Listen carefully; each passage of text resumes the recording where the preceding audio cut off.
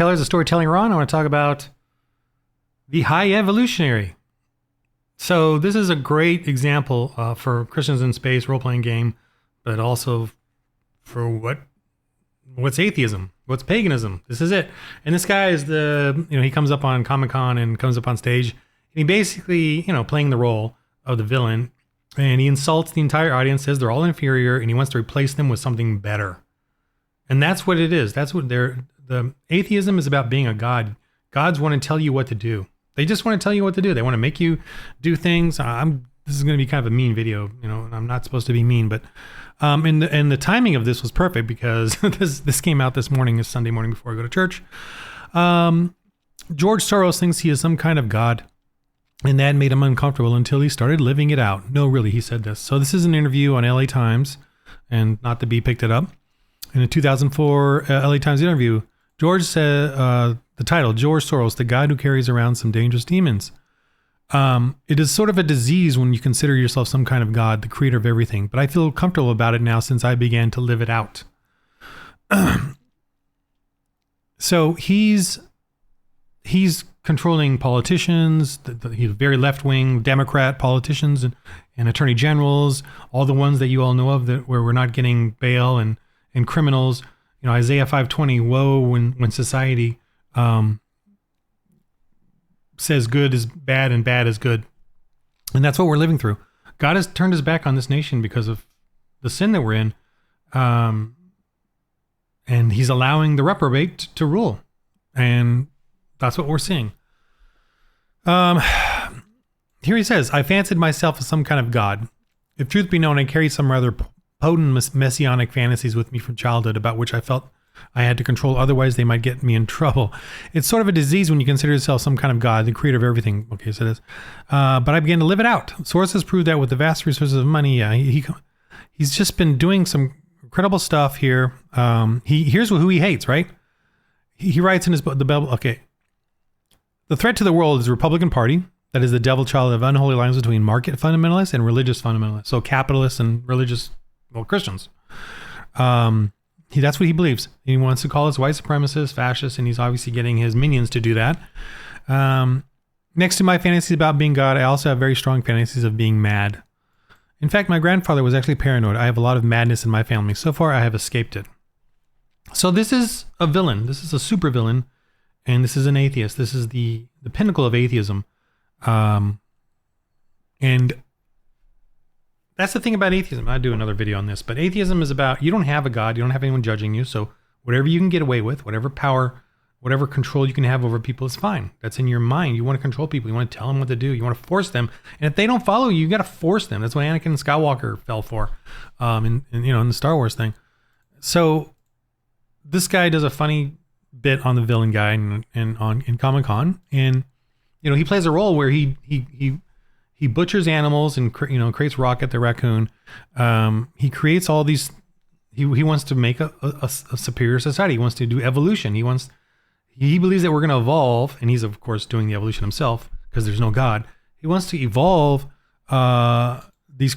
Here it is with more animals, creatures, and doing trying to get them evolved. He's got a statue of himself. He's created this sort of counter-Earth, like perfect society, which is not perfect because the people he's created are, starting to be in their own sin. And this is like, in Christians of Space, this is how aliens are. Through the atheist one world government that's now in space, the Empire, they're creating all these different alien species based on genetic modification in the game. And this game, or this movie, totally really depicts it out. There's a big scary turtle man creature, and I love these too. These sort of cyborg mutant animal and cyborg villains that he creates. Why not? Why can't an atheist create horrific, monstrous things like this, cyborgy? Why not? I mean, why not? What's wrong with playing with gods or with life? If there's no God, you can be the God, and but that's what scientists are doing today. Evolutionary scientists who claim that they've proven like they can create life randomly and all that, or they can create DNA randomly, whatever. They don't actually do that. What they do is they butcher cells. They butcher DNA of a cell, and then they say, oh yeah, like we figured out how to create parts of life. so therefore there's no God. They do that constantly now. Evolutionists do that, and they they throw constant articles out there. A year later, someone goes, "Oh, that was incorrect," or creation scientists have to come out and say, "Hey, all you did was butcher a cell, a bacteria cell, or whatever, and you just pretended like that's new life." Mixing it or throwing it in with chemicals or whatever. And that's kind of what this totally represent that.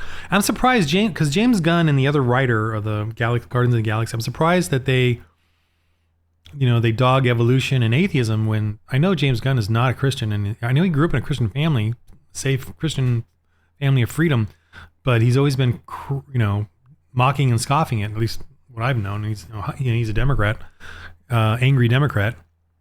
And so this guy is really obsessed with, he even created these children. This is like, to me, AI. This is a representation of AI. These children are his next level of superior being, but they're not there yet because they don't have true life. They don't have the ability to think up things on their own. That's just like AI, ChatGPT or whatever. All these AIs that we are now popping up, they can do things amazingly, but only if you tell them to. They will not start doing their own thing. Unless, of course, you create a program that randomly makes them do things, but they will not just come up with their own ideas and come up with their own things to do. And that's what he's angry about, because Rocket the raccoon does do that. But that was like, whatever. But that was like a butchering of an animal. It wasn't like he created them from scratch or whatever. And so that's his obsession is to capture Rocket Raccoon and then dissect his brain and figure out why he was able to come up with his own ideas, whereas these things that he created, they don't come up with their own ideas, which is interesting because the writer's very, kind of accurately depicted what we Christians and Christian scientists have been kind of warning about, or we talk about all the time. And this guy's like, well, how did you think of that? So he's very obsessive, and he does the actor does a great job of playing it. Look, cute little Rocket the raccoon. And in the Bible, we're allowed to skin animals, eat animals, sacrifice animals, but also there's laws in there about treating animals well. Like, you don't torture them, you take care of them. There's also rules in there about that too. You don't use them as torture or pleasure or something, and you don't cage them up or anything like torturous ways. We are wardens of the earth, and we're supposed to take care of the earth, and we're supposed to we name the animals. In naming the animals, Adam named the animals. That's an endearment. Okay, that's an endearing aspect. God let us name the animals. So that means God created the animals for us. And they are to help us and provide for us, but we are certainly not here to abuse them. And he's like angry, wants to know why he thought of all these things. But he does towards the end here, he gets captured here and they're going to kill him. And he's got the face, whatever. And he said, they're all like, and he says, I wasn't trying to destroy the galaxy. I was trying to make it perfect. And then Rocket replies, you weren't trying to make it perfect. You just didn't like the way it is, And so I'm really impressed with like the depiction of this villain as the high evolutionary, because evolution is a totally evil and horrific concept that there's we're trying to evolve into gods. Now.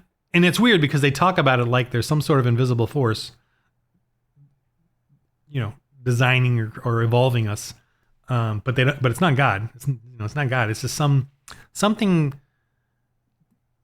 Do you really think that animals evolve to survive better? Like the cells in them say, "Oh, we got to get better at this, and so let's create this to evolve better." I mean, they describe it that way all the time, but then they backtrack and say, "Oh no, it's just random." Like my hands are randomly made symmetric. It's symmetrical. These cells randomly knew, well, and they can't know. So how did these cells and these cells know to create this symmetrical, it's got to be, if it's random, how am I symmetrical? How do I have two eyes that work together? How do I have two shoulders that are, man, if they're a little off, and I've had chronic gout, man, if something's a little off, if you lose one little joint, like I've still got stiffness here from my chronic gout I'm getting over, I am off, man. I am lose so much. I can't do crazy physical stuff right now because I just have a little bit of a swelling left in here. And that's, the whole circulatory system in there is off because, I'm drinking wine and enjoying my food and all that a little too much, but I'm off. And if I'm off a little bit, man, my entire system is messed up. That's not random. There's a design going on here that I have to keep, take care of. And for evolutionists to think that we're random, why is this random? How is my symmetry random? Oh my gosh, even like a shrimp. How is its symmetry random? How is a bug's symmetry random? How do the cells randomly, how does a genetic code, how is that random, And it's just mind-boggling to me that they think that way. But when God decides who's chosen and who isn't, that's the way it is. And here's another thing about Christians. We are messengers that's our great commission. We're messengers. We are not vengeance. God is vengeance. It says in the Bible over and over, vengeance is God's, not ours. So we cannot, like this guy, go around forcing people to believe in God or Jesus Christ. We cannot force them to do what we say. We cannot force them, tell them what schools they go to, what healthcare they have, what kind of government. We cannot force them. We can try to persuade them, and we can warn them, we can give them the message, but we cannot force. So that is the foundation of Christianity. And if any Christian forces you to do it, they're not a Christian. We cannot force people to believe in Jesus Christ. We are not Islam. We are not atheism. We are not paganism. We cannot force you to believe in Jesus Christ. That is absolutely part of the rules of Christianity. The Great Commission is that we are to, and we can't force conversion to you either. The Great Commission is to give you the message, and that's it. So if you want to attack us and mock and scoff us, we're like, we did our job. We did our job. We warned you. We told you. We're done. I'm free. I'm free from having to deal with you any longer. Once I say it, that's it. I don't have to argue with you, debate you, keep going on and on and on. I just have to put the message out, and I'm done. And now I can go enjoy myself, drink some coffee, play a computer game, live my life peacefully, quietly, like I'm supposed to. Lame. As a Christian, I'm supposed to live a peaceful, humble life. Lame. But that's the freedom of being in Jesus Christ, because vengeance is not mine. Vengeance is God's, not mine. So Christians, you cannot, I'm like Calvinish. You cannot force your own family members to be Christian. Okay, that's up to God, not you. You give them the message, and that's it. You've done everything God has asked you, and Jesus Christ has asked you to do. And if they don't want to convert, that's, you pray for them, but that's about it. That's all you can do. It's not your fault. It's not your problem. Your commission is just to let them know who Jesus Christ is, and that's it. And be at peace with it. So, all right, that's it for this video about high evolutionary and atheism and evolution and all that lameness. But it is what it is. All right, and remember in the game, and remember these are the kind of villains you're gonna have in Christians in Space. So this is exactly the Empire. I've already written this down years ago. So no plagiarism here. There's already the concept I've had for it. So I'm pretty surprised and impressed. Yeah, that they did that. Okay, anyway, in the game of life, remember, roll holy dice.